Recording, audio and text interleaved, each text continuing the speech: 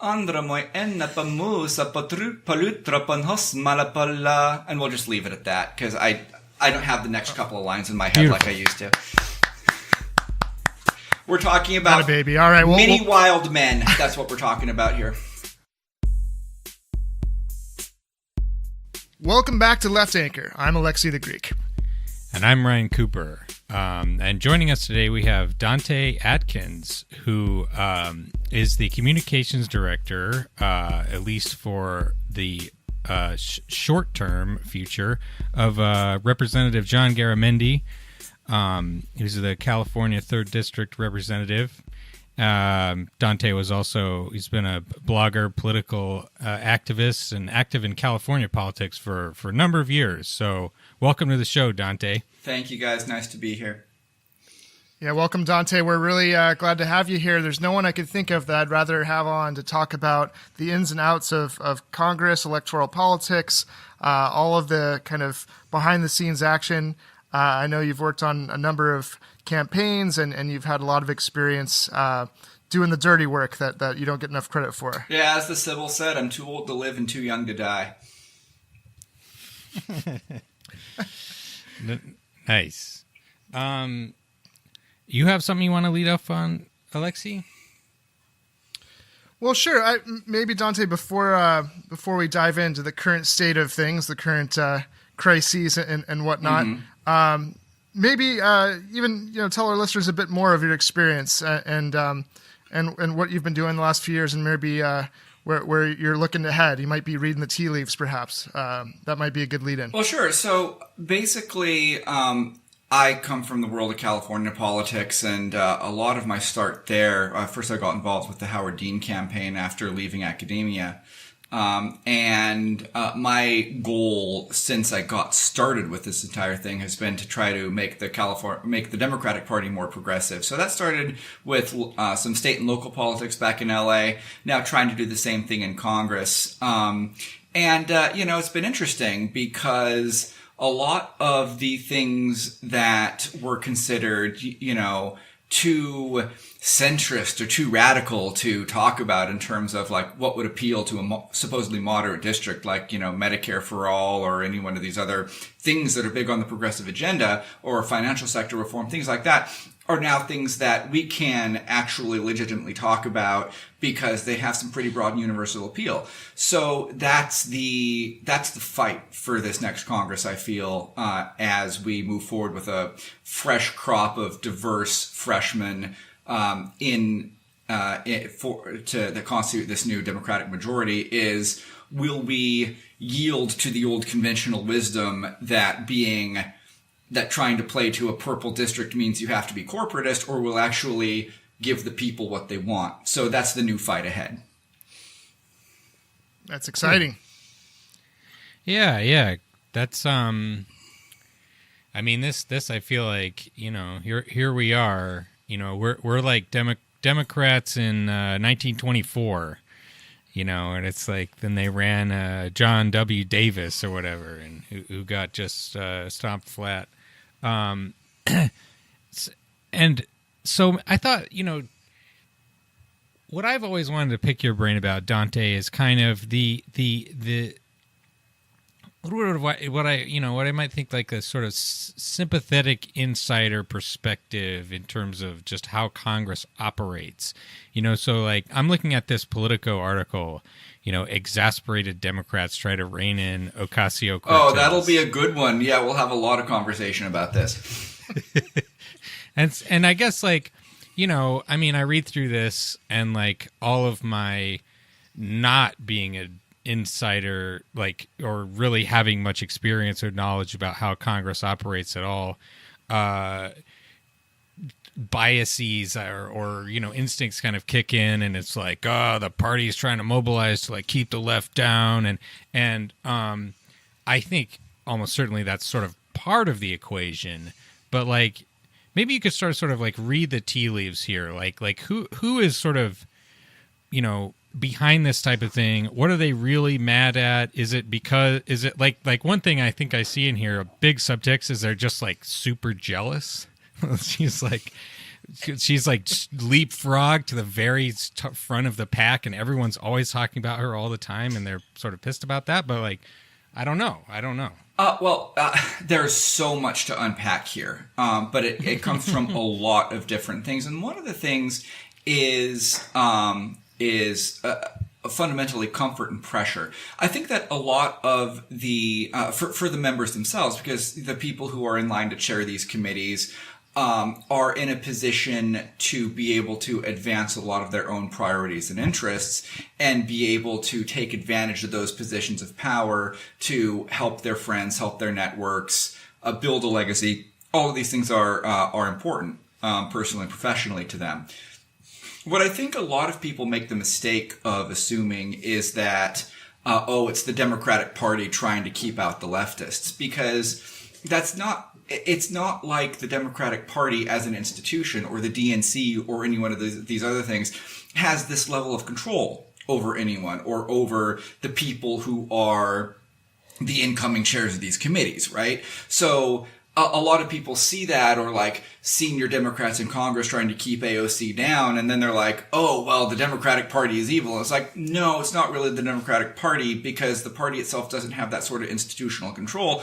It's just that AOC is creating higher standards for people in terms of public pressure about what actually needs to come out of these committees. And anytime you're making people who aren't used to being uncomfortable, then you're going to start having some griping. And that's really what this is about right now, is the fact that AOC's power base is not accountable to her seniority or the relationships that she has with her congressional colleagues at this point. She's able to be this not just a rising star, but one of the most prominent members of the Democratic caucus after a few weeks, just because of the way she messages, the way she communicates, the platform that she has with Twitter, Dante, social media. That just makes people uncomfortable. Are you saying people are mad because she can throw her weight around because she has good ideas and popular support rather than just having seniority from being around for a long time? That's exactly what it is. That is exactly what amazing. It is. And, that's sort of the way Congress should operate. And then there's so many other conversations that you can have about that, about, where her fundraising base comes from compared to where other people's fundraising bases comes from, and the sort of strength that gives her as well. Yeah, but the bottom line is that, a lot of people had to eat a lot of dirt to be able to get the power. They had to be in this institution that sort of drains your soul in a lot of ways for the better part of a few decades. And AOC is able to throw her weight around, and they don't feel she deserves to be, but she can. Dante, I sold my soul, and all I got for it is this measly, mean tweet from a popular candidate? Yeah, basically. Congresswoman? Basically. And so, there are going to be standards about what comes out of these committees now. And I think that's the main thing, is that people are watching in a way that maybe they weren't before. And now that we have the majority for the first time in a long time, we're expected to deliver on that. So, is there a certain point where they want to be with the cool kids and kind of get on board, do you think? I am honestly not sure, and a lot of that varies member to member. I just don't think that there's going to be a lot of positive reception to the idea of a lot of pressure being put on them, or having their authority or seniority being taken away in a manner of speaking. So you can talk about the Green New Deal conversation and the select committee for that in this as well. It's this may be a bit heretical. I think that the focus on a Green New Deal select committee is a little bit overblown, because it's not like the creation of a select committee is essential to trying to get the legislation done that we want to get done. It really isn't. So it's not like, Green New Deal select committee or highway, right? But it's just a question of whether or not you are taking power out of the hands of the people who already chair these committees to be able to do things the way they want to do them. Ultimately, it's power struggles, and people they're not in the mood to have power struggles with someone who's only been in this institution a couple of weeks. That's really what the bottom line is.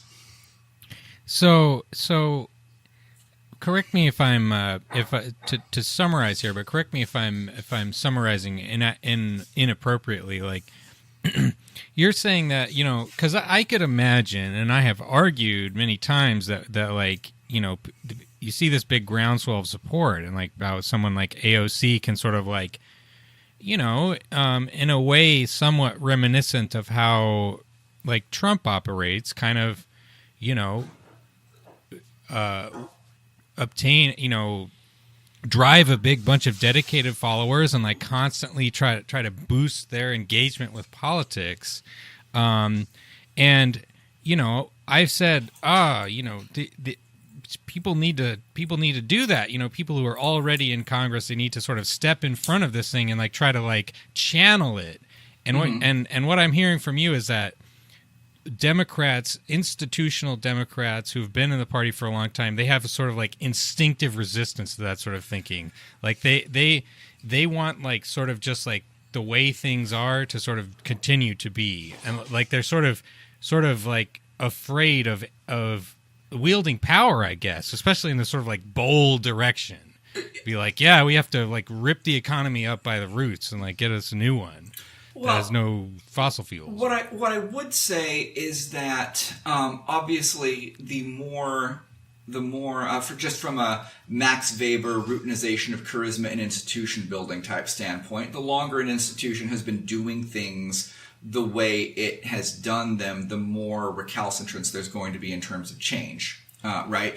And then the other thing to really think about is that not everyone is going to be Alexandra Ocasio-Cortez. She is an extremely gifted and talented political figure in terms of her charisma, her understanding of policy issues, and her method of communicating. Not everyone's going to be that, right? So the question is... And her instincts, don't you think her political instincts are just top-notch? Just off the charts. Just absolutely off the charts. People are able to... There are certain people who are able to capture the zeitgeist.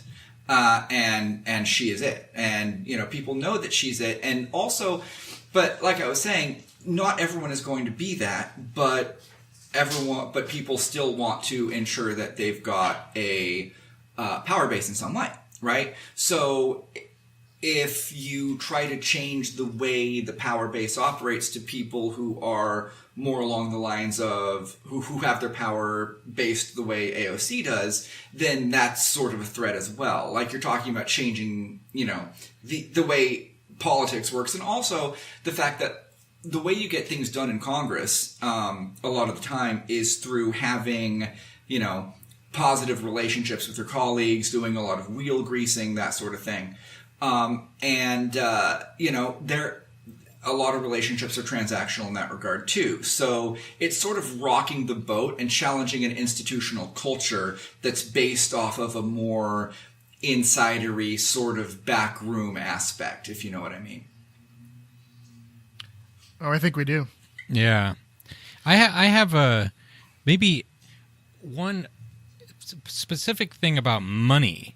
Because like occasionally people have suggested the possibility of running for office to me, like even sometimes as a joke.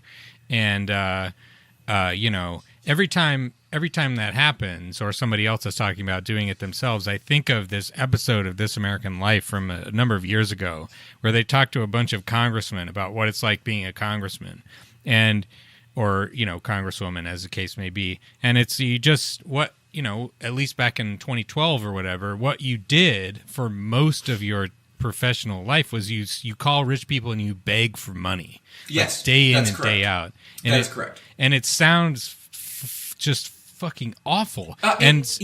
So basically, the way scheduling works in Congress a lot of the time is that whenever you are not actively doing something else, you are, as the phrase goes, across the street. And what that usually means is you're at the DNC headquarters and you are dialing for dollars, right?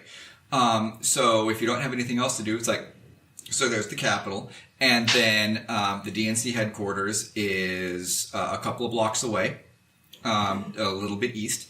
And then if you don't have anything else going on, then you are going to be there in the call center that's in the DNC, and you'll have your fundraiser there who works out of there, and you are just going to be dialing for dollars. And that's what you're going to be doing. And this has got to be an exhausting process because when you think about how much you have to raise, especially in a competitive district. You're talking about raising millions upon millions of dollars.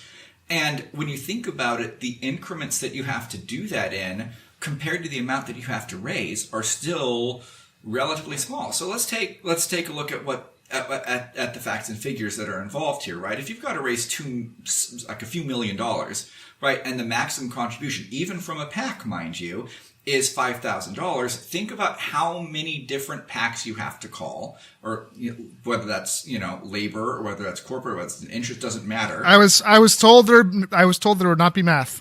I was told there would not be. Yeah, math. So sorry about that. It's not meant to be an SAT problem.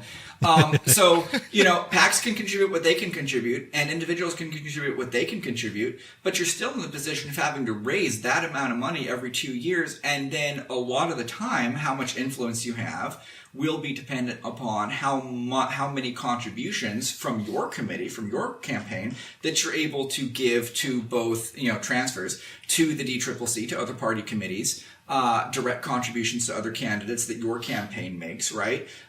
So you have to show that you're a team player, right? And so you're constantly doing this, and it's got to be exhausting because you're just sucking up to people all day. I wouldn't want to do it, and that's one of the main reasons I wouldn't want to run for office either, is because it honestly sounds god-awful to have to spend your day doing that. And AOC doesn't, because, she can just send a couple of fundraising emails and do that.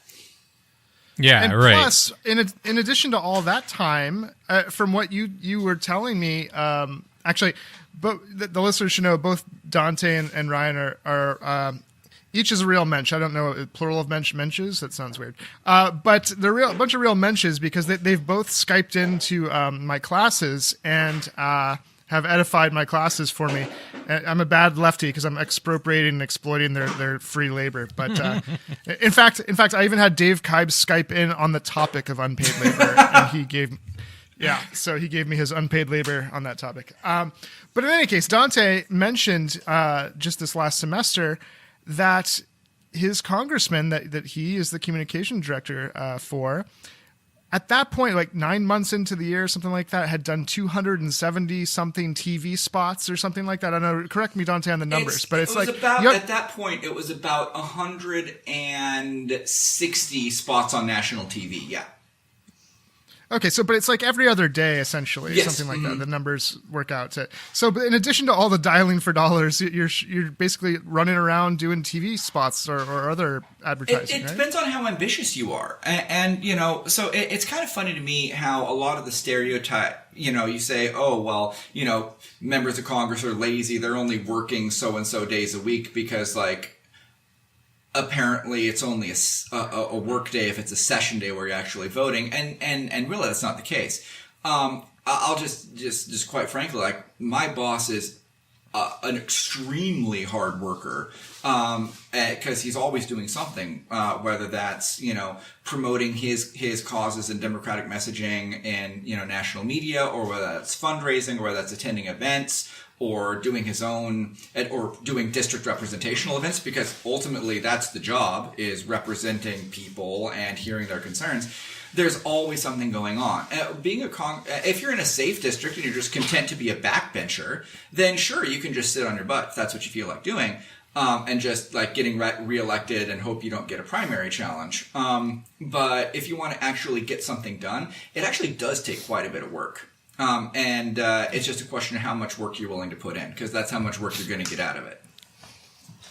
Yeah. So I guess just from a characterological standpoint, putting myself in the shoes of maybe not like your median Democratic member of Congress, not like the worst blue dog or the Dennis Kucinich, whoever that is today, but just someone who's like trying to do a good job, and you're like, I would not be that charismatic of a candidate, certainly, but you're sort of putting your time in. It's like, maybe in 10 years I could aim for a Senate seat or something like that. I'm trying to push like a couple of bills now and then, and I'm spending half my waking life on my hands and knees begging from the every Ski-Doo dealership in my district, like, please give me $100, God help me. Yes. And then here comes this like incredibly attractive woman who just like swoops in. She can raise infinite dollars, and she doesn't have to. She gets to just live, and actually do the things that I want to do, or maybe like work on the things that I find interesting, even if maybe we don't agree, see eye to eye. Like I would be fucking pissed. I would be green with envy, to just think like, why can't that be me? But it's like, but Ryan, why couldn't you say, how about I buddy up with her and get her to campaign for me so that I don't have to go groveling to the $100 donors? Actually, she gets the $100 donations, but like, right. That may be where it goes, I suppose. I think, and there is, something to the idea that, one of the things, and this was something that AOC denied, but there was an article that appears to have falsely reported that she was targeting Hakeem Jeffries for a primary challenge, and I think that's also something that could be underlying this, is people might feel that unless they're able to deliver or willing to toe her line, that she could theoretically recruit someone and then fund someone to issue a primary challenge if she doesn't think that they're good enough on the issues. So that's probably, another one of these things where a lot of people who have been in leadership positions or higher up in the seniority aspect are thinking, oh, this is not someone who's going to go along to get along and play nice because she's not accountable to the same rules. So I think you're dealing with a lot of different things. You're dealing with like jealousy, perhaps a little bit of envy regarding the fundraising things, someone coming along and, busting up the institution, making them a little bit uncomfortable, and also the ultimate threat, which is the possibility of a primary challenge to people. So you roll all of those into one, and then you're going to have things like this Politico article where there's a little bit of griping going on. And I don't think that's helpful either, because from a communication standpoint, if you're griping about the most popular Democratic politician we have in Congress, you're probably going to end up on the wrong side of the Twitter ratio. That's right. Yeah. And look, she's so popular that she's either going to change them, or that they're, look, there were skeptics from the left, a lot of leftists that just don't like electoral politics at all because they think it's naturally corrupting. And they just thought, look, she's running as a Democrat. These are probably the same people that may or may not have said the same thing about Bernie being a Democrat. So you get hit from both sides. It's like, you're not a real Democrat, you're a lefty, or you're not lefty enough, you're a Democrat, right? Well, and this is a fascinating topic. Fascinating. Sorry, I'll let you finish. But yeah. So people like Bernie and AOC get hit from both sides for that interesting reason, right? It's like, is she just going to be another Democrat, and they're going to teach her as her, what was it? Her objections to the initial training at Harvard. Somebody I forget who said about her, she's going to learn her lesson real quick or something like that. She doesn't know how it works here. You're right. Like so either the far lefties are correct that she's just going to be browbeaten into doing it the tried and true way, where you wait your turn and all that, or she will actually change and try to push forward a movement to do things differently. Well, right? and I'm hoping, obviously, that it is the latter, that she will change the institution, because the things that she was talking about over orientation, these were things I didn't know. That they don't get widely publicized. Like who's doing this? Who's giving the trainings at orientation? Is there enough representation of labor as opposed to just people who come from the financial services industry or corporate CEOs? I didn't know that. That was an eye-opener to me and an eye-opener to a lot of other people regarding who is just naturally viewed as the default people who get to train new members of Congress on how to do their jobs, right? So that was an interesting thing. And yeah, I think that the next time if Dems keep the House in 2020, you can bet that because of the complaints that she brought, orientation is going to be a little bit different next time than it was this time, and leadership is going to make sure that there is a better voice for labor at the table, and advocacy groups and that sort of thing, as opposed to, corporate CEOs being the only people who get to tell new members of Congress what's what. Regarding, party institutions, you were talking about, Bernie getting it from Democrats for not being a Democrat, and AOC getting it from Bernie people, et cetera, for being a non-Democrat, or for being a Democrat. That's a fascinating topic.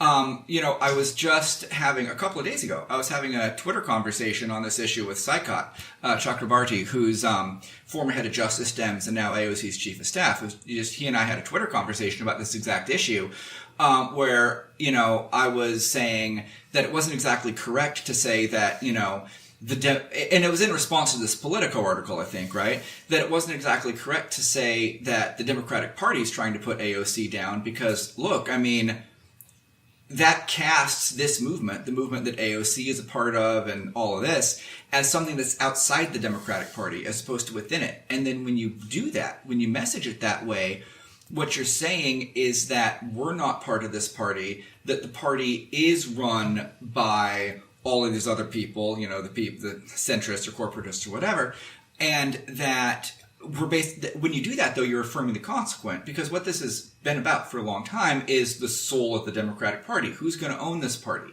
right? And so, we shouldn't be ceding that, right? We shouldn't be ceding that to anyone. And that's why I love what AOC is doing, is because, I view AOC and the way she communicates and her ethos as sort of like the soul of what the Democratic Party is about, right?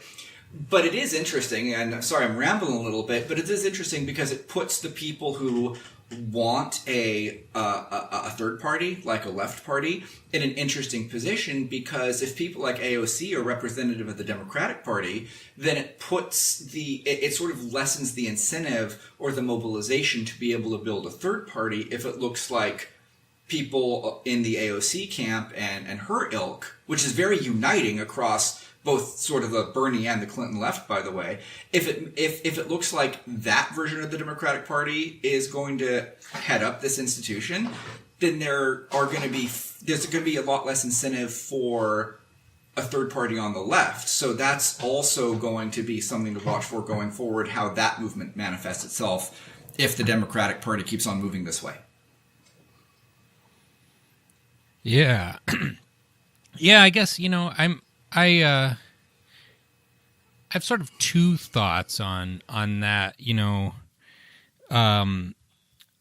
look at the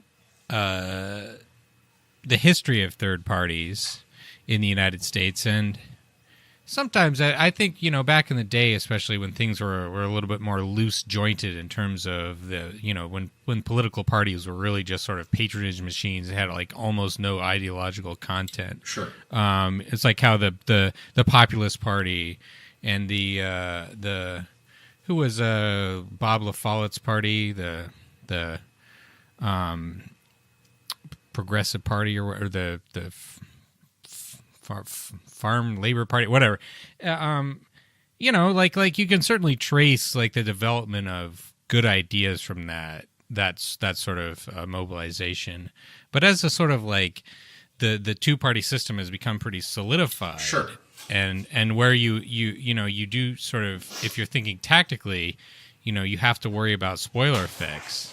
And also the amount of resources that third parties have to sink in to just get on the ballot in all the various states, and the fact that lefties complain about the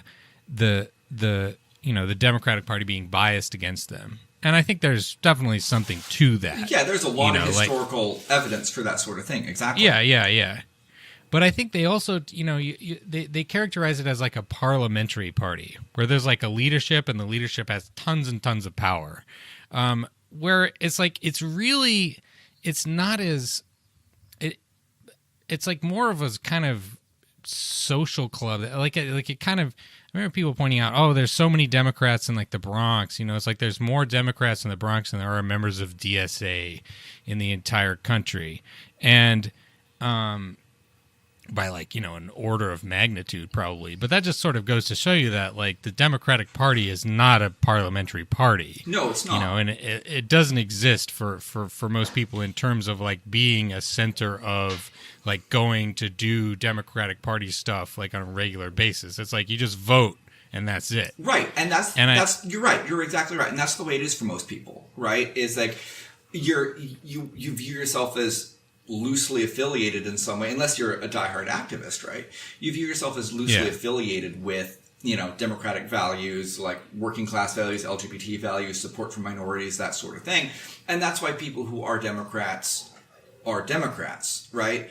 But I think, a lot of people on the left sort of have this view of the DNC as this iron-fisted controlling institution, and that is not really the way the DNC works.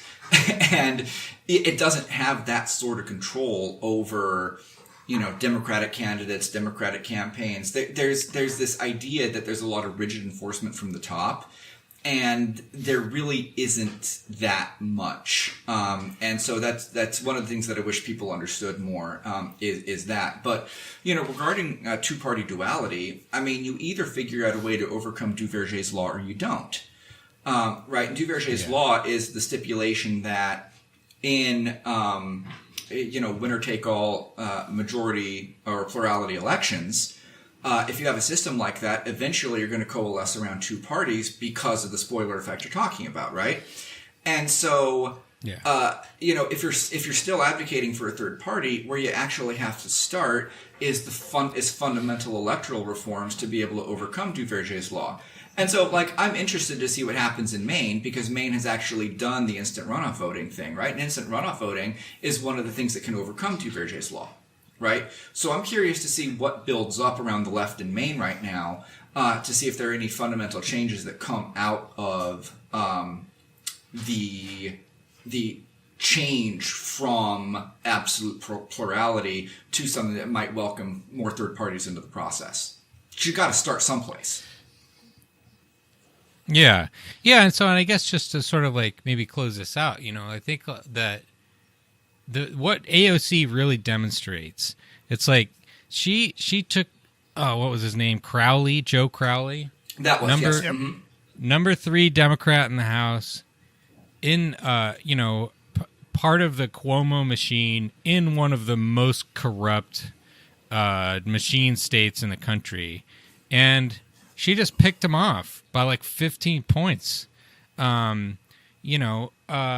Despite having this just preposterously rigged, I think she was outspent 10-1.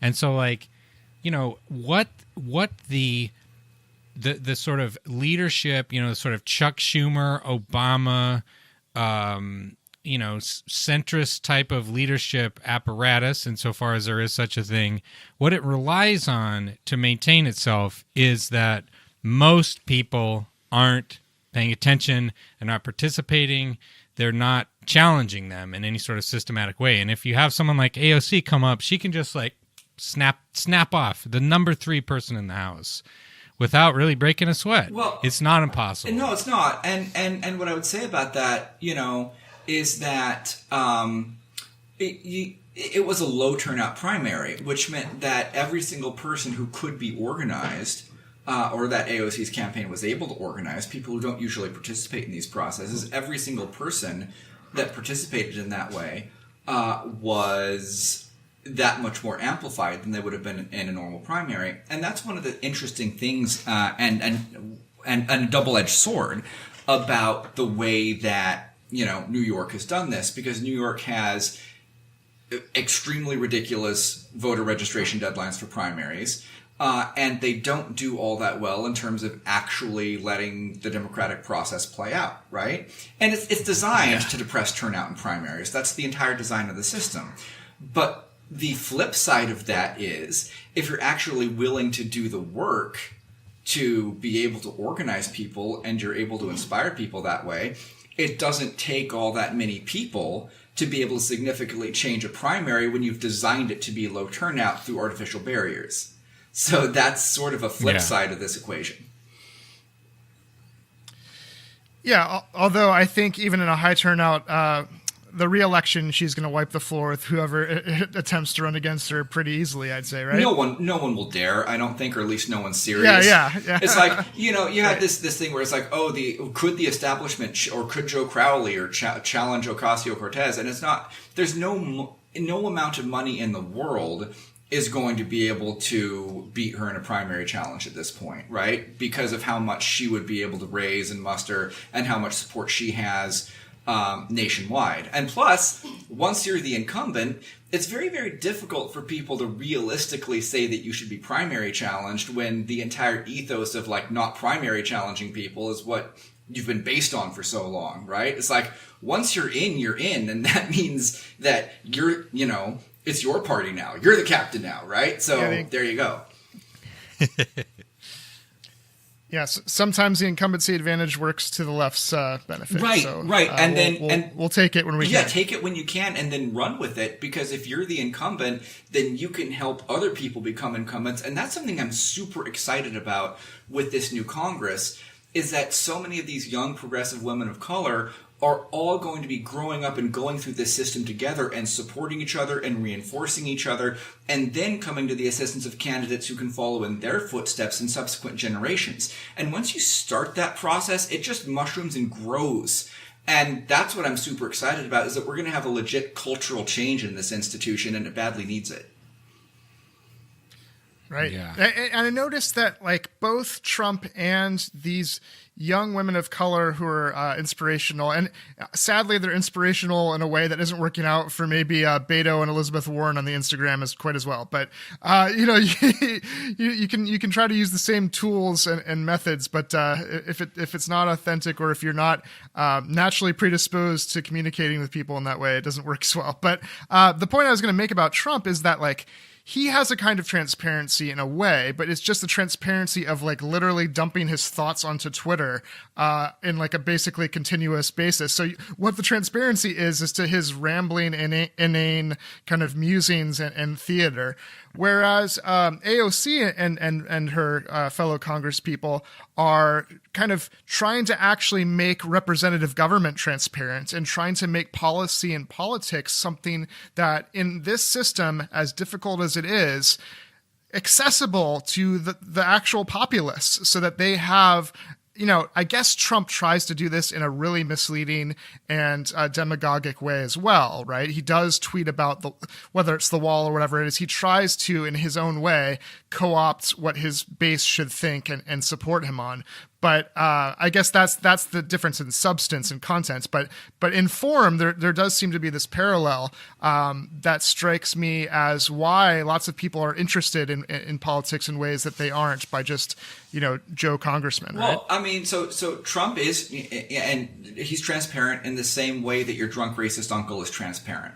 He'll be lying on the couch watching football or whatever it is, and he will just say the first thought that comes to his head, regardless of the social propriety of the situation, right? So yes, I guess that's one way of being unfiltered.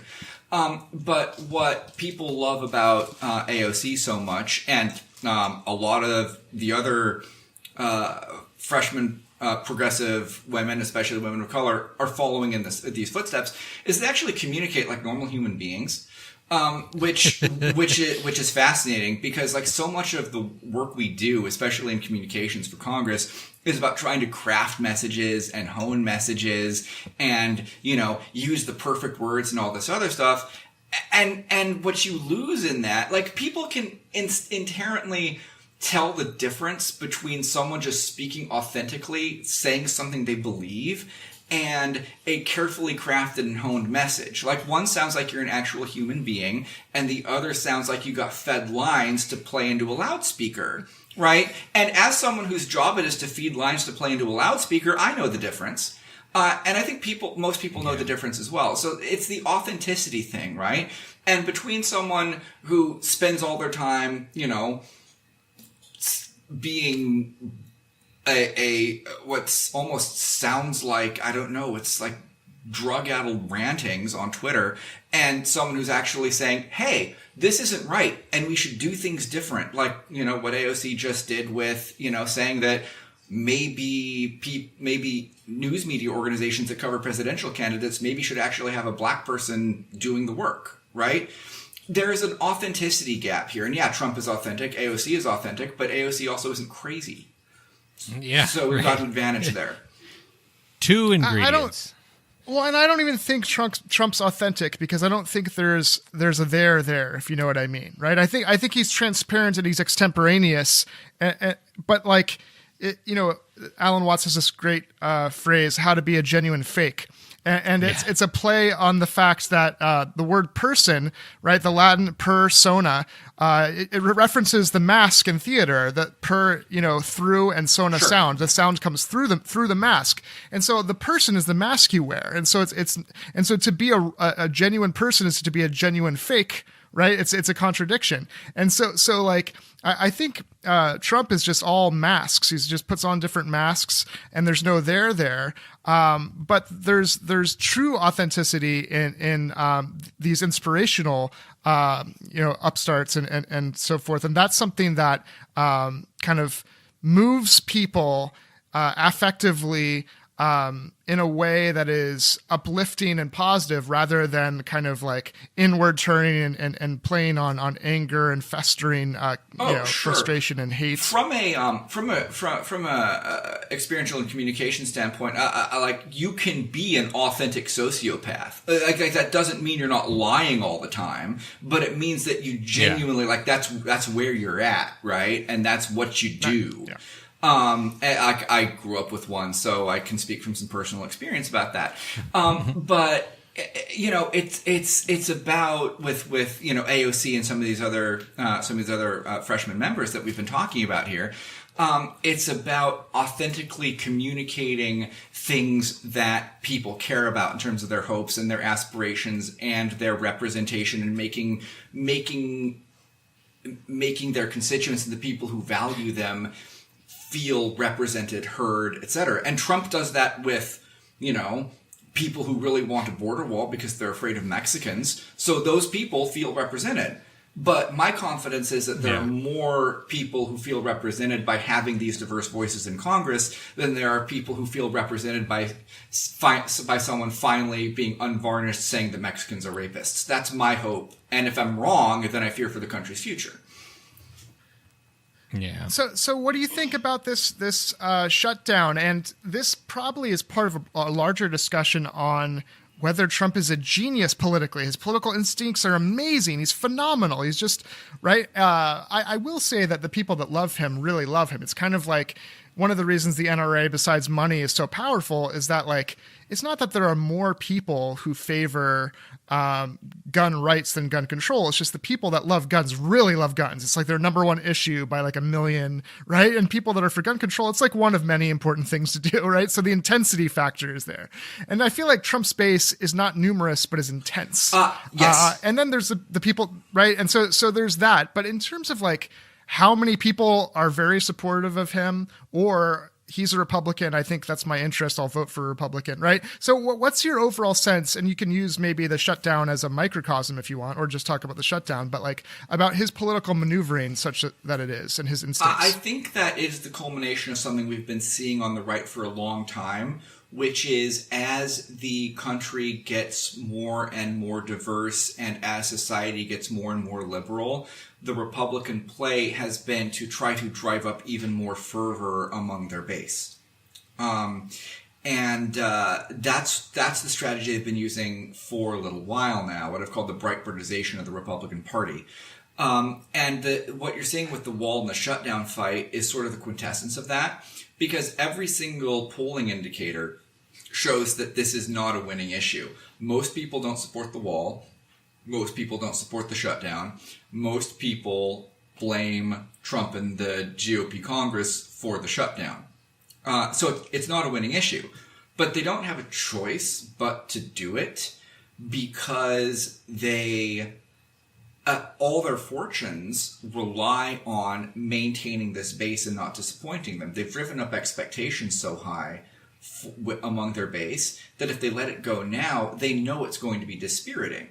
If they've sold their soul for the wall and they don't even get that, then who's going to support them? And so Trump is in a bind of his own making where maintaining this is going to be increasingly unpopular, but not doing it breaks his base, and he knows that. So I'm not sure what I would do if I were in his position, and I'm not sure what I would do if I were a GOP strategist, because it's a double bind. And that's the problem they're in right now. They're outnumbered, but they also can't afford to lose their base. What do you do? Well, the latest I hear from the gossip is that Trump will declare a national emergency to build the wall, but then he'll keep the shutdown going anyway, so that he doesn't give the Democrats a win. Well, so what I think that what if it were me, if I were in Trump's position, and I haven't left the White House in months, despite having just gone to Germany, Afghanistan, and McAllen, Texas. But keep in mind, I haven't left the White House in months, and it's beautiful out there with the snow falling. But I wish you could see it. But I'm also not going to take a picture of it. Anyway, I digress. What I would do, honestly, is I would declare a national emergency. I would sign legislation reopening the government, and I would campaign on the idea that this is a national emergency and the Democrat-packed courts aren't letting me do what I need to do to keep the country safe. Basically, the only option out of this is to go full-on authoritarian and try to blame democracy itself for not pleasing your base. Yeah. It's definitely in his wheelhouse, and it definitely comports with the general GOP strategy of not just gerrymandering, but voter suppression. And that goes well with your point about if you're losing the numbers in terms of demographics and diversity, at least have an entrenched, intense base that you can restrict the vote of everyone else but them as much as possible, right, so that they can still win. Which is what they're trying to do, and that's what you see all the time. Like with Ron DeSantis is now trying to slow play Amendment 4, for instance, the initiative to give all 1.4 million felons who were previously disenfranchised the right to vote. They just keep on trying to do this, try to eat away at the margins, and that can work to a point, but there comes a point where it's not going to work, and one has to wonder if the 2018 election was the first harbinger of the fact that the numbers just aren't there for these guys anymore. And we'll find out more about that in 2020, regardless of who the Democratic nominee is. But who knows how this is going to go? We could see a realignment. We could see this being the election that says, yeah, white male conservatives no longer have the share of the vote they need overall in this country to be able to defeat everyone else. I really, my personal belief is that 2018 was that watershed election whereby the demographics just stopped working for these guys. And that's honestly where I think we're at right now. It makes a lot of sense. I'm going to change gears a little bit, unless you got something to follow up on there, Alexi. I'm easy. Okay. My last thought on that, Ryan, just real quick, is that I wonder if Trump is, as dumb as he is smart enough, if he realizes, like a cornered rat, that he's losing and that the future of even his movement among the GOP is losing. If he won't realize he can give in even more to his authoritarian instincts and try to do as much fascistic shit as possible. He's just so damn incompetent that maybe, he won't pull it off. But my only fear is this notion that Corey Robin has is, I think, correct in some ways, that the GOP is very weak in a sense, and Trump is the apotheosis of that. But that doesn't mean that a weak, cornered animal won't try to do whatever it can to survive, right? Yeah, but the question is, what powers do you ultimately have to do that? Ultimately, you've got to try to convince people in some way, and you can either decide to pull to pull an Andrew Jackson and say the Supreme Court has made its decision, now let's see them enforce it, or you're going to try to message around the fact that you can't do what you want to do. But if you're not doing what you said you would do, and you're not getting anything done that your base wants, regardless of whether you message on why, you're still not keeping anybody happy.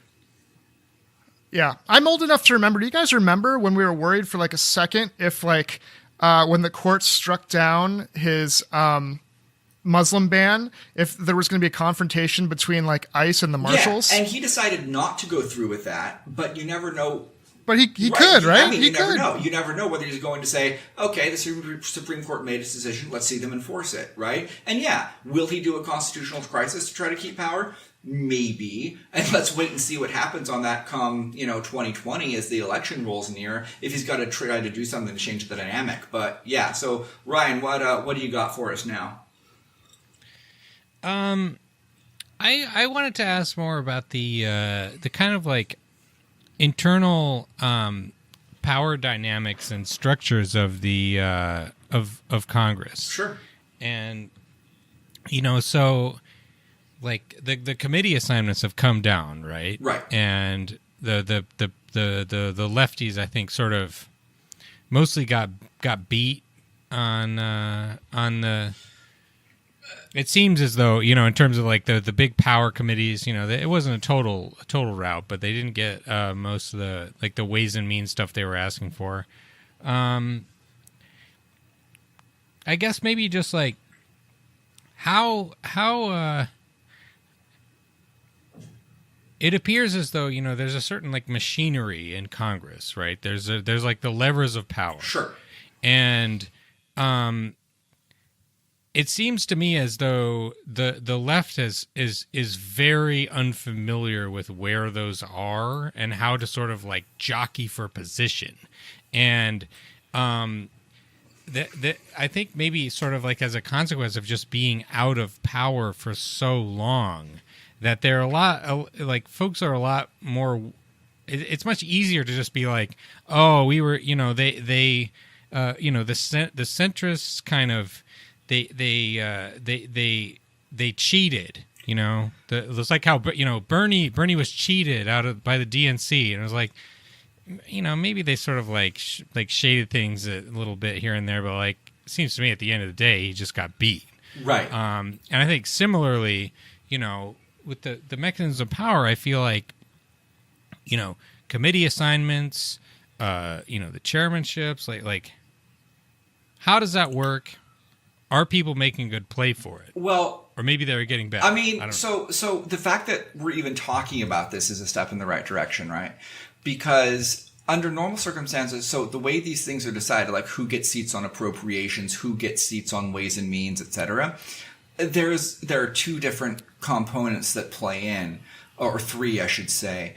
One is a seniority component. That's obvious. One is a geographic component, right? So you want to make sure, so when you're dealing with appropriations, for instance, trying to get a seat on the appropriations committee, in general, I mean, this is not like an like an ironclad rule of Congress, right? But in general, the House districts and states and one are divided into different sub-regions, right? The way the Democratic caucus has done it. And you want to make sure that leadership wants to make sure that they have representatives from each region on the committee, right? So there's a geographic component to that too. And then, of course, there's going to be a diversity component because we're going to want to make sure, because we care about this sort of thing, that our committees are as representative of our electoral composition as we possibly can, and of our membership, right?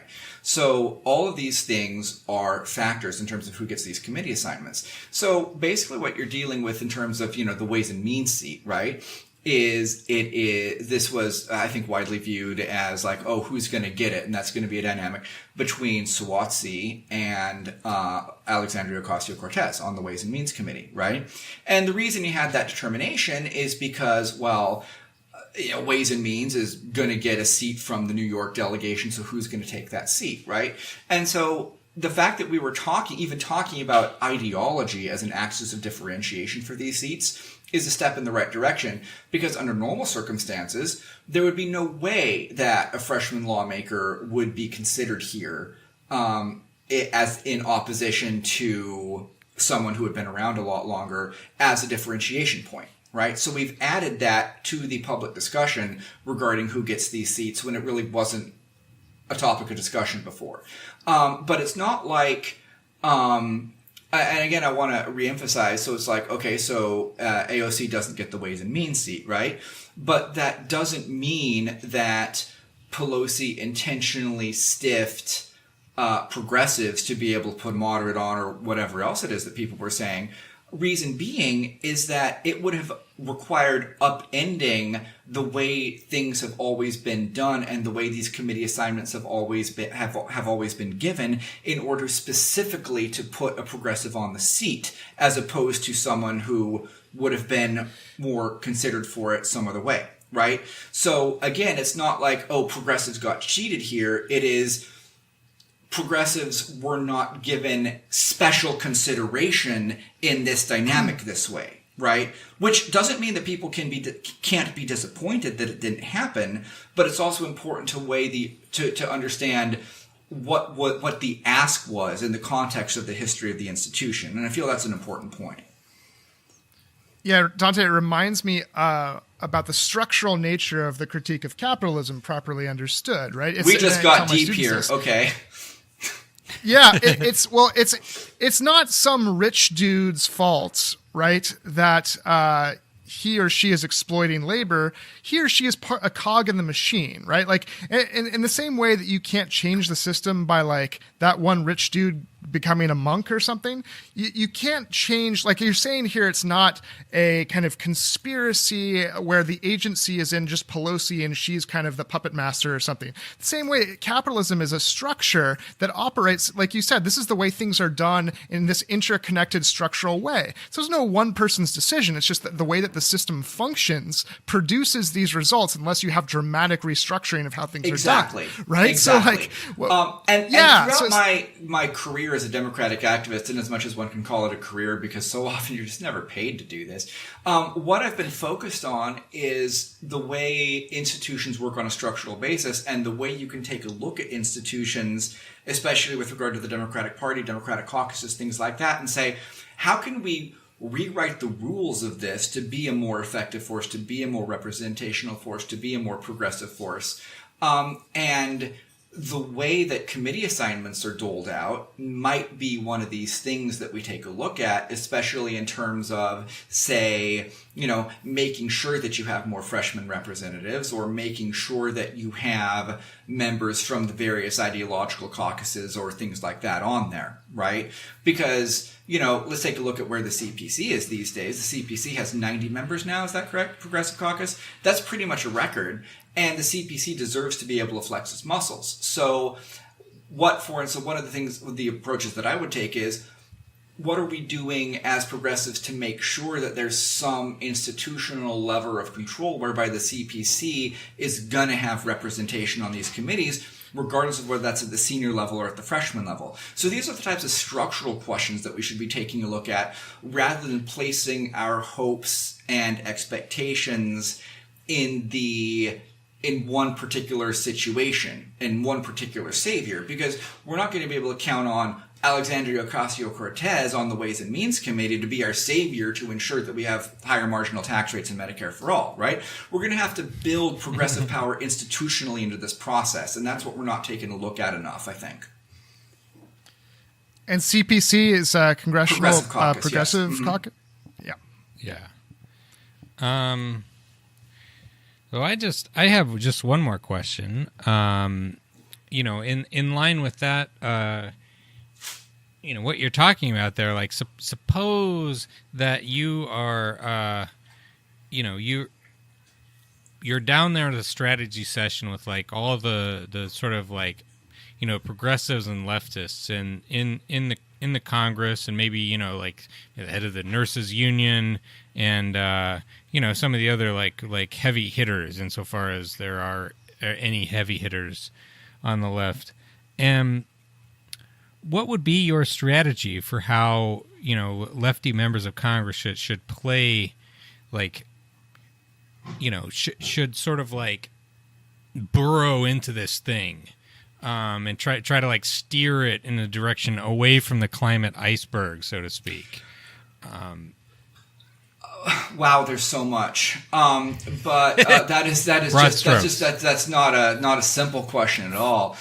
Fix America, Dante. Yeah, well, one of the first things that you've got to do is you got to make sure everyone's on the same page, and you've got to be consistent and focused on messaging. Both internally and externally. So everyone needs to be on the same page, fighting the same fights, advocating for the same things. And when you do media, you've got to be making sure you're presenting that case to the American public. And when you're presenting your agenda in closed doors, you've got to be doing that too. Obviously, you've got to be working really hard to co-sponsor good legislation, for one. And then you've got to make sure that everyone is on the same page drafting these bills. If we're talking about climate specifically, for instance, drafting these bills, introducing them in all of the various committees, amplifying each other's messaging on these things. Because, you face it, right? Like, Mitch McConnell's Senate ain't going to be taking this stuff up for the next 2 years. So this is really, with a Republican president and a Republican Senate, what we're really doing here at this point is we're not going to be able to pass a Green New Deal over the next 2 years. So this is going to be a refinement process for messaging, for advocacy, for trying to determine what these things are going to look like, and for also trying to make sure that we have a concrete agenda in terms of specific policy proposals for both members of Congress and future candidates who are running in 2020 to be able to sign up on. This is really a power building exercise because we still only control one of the three lawmaking branches in this government, right? And so it's a lot of the focus is going to be us doing what we are trying to do internally to be able to figure out what we're even about. And we got to start there before we start talking about actually, getting bills signed into law, because there's no way President Trump's going to do that. So what are we here to do over the next 2 years? Yeah. Well, any last comments, Alexi? Any last questions, Alexi? No, I'll let Dante have the last word if he wants to say anything else. I really appreciate all that. That's a nice little summary of where we're at and what we hope to inspire and win in the future. Oh, well, I've probably talked too much as it is, but it's a really exciting time. Just like walking down the halls of the Capitol, walking in Rayburn, seeing a lot of new faces. There's a different energy here now in this place. And my main hope and dream is that this is actually the beginning of something new and that we don't squander it. Because I think in 2006, we got a lot of good stuff done, but we also kind of ended up squandering a little bit. And I'm just really hoping we don't do that, because I'm really excited about the people that we got. And I think it's going to be the base. Well, we just elected in 2018 the people who I feel are going to be the base of democratic power for the next couple of decades. And that's super exciting to watch and to be on the ground floor of. Amen, brother. Yeah. Maybe one last question. If you're moving on from where you're at now, what would be your dream position? Oh, man. Well, I have no idea what's going to happen with this, but I did apply to be the communications director for the Congressional Progressive Caucus, which would just be a job that would make me drop on the floor and die of excitement. So we'll see what happens with that. I can't lie. That's where I'm most excited about in terms of the direction that we're going, because we've got 90 members now. It's the biggest we've ever been. This is where the excitement is with the members of the Progressive Caucus. And helping craft the messaging for that and doing all of that would be a perfect job. So we'll see what happens with that. Obviously, I bet everybody and their mother is going to be applying for that position. So who knows? But that's what I would be super excited to do. Are you allowed to apply with a parent? That seems like an advantage to be able to apply with your mother. I don't know. Like maybe that's a proper way to do things in immigration court, but not a proper way to do things in a job application. No, I'll tell you what. That's what you do at a legacy institution in college. That works. That's right. Exactly right. That works for Harvard, but it probably doesn't work for Congress. That's right. That's right. Jared Kushner. So appreciate that, my friend. Best of luck to you. They would be very lucky and fortunate to have your expertise, your energy, your talent. And can you leave us with a little ancient Greek, since you're also a classicist? Little ancient Greek. Okay, so we'll just do the first line from the Odyssey, because why not? And that would be... And we'll just leave it at that, because I don't have the next couple of lines in my head like I used to. We're talking about a baby. All right, many wild men. That's what we're talking about here. Yeah, we're going to have to lead with that one, I think. All right. Well, we'd love to have you back on sometime, Dante. Thanks for joining us. Always a pleasure. Thank you guys for hosting. Yeah. Take it easy. Last but not least, we have a friendly reminder that we have a Patreon. You can support the show with $5 a month and get an extra episode every week. We really appreciate the support, and it helps us keep this going.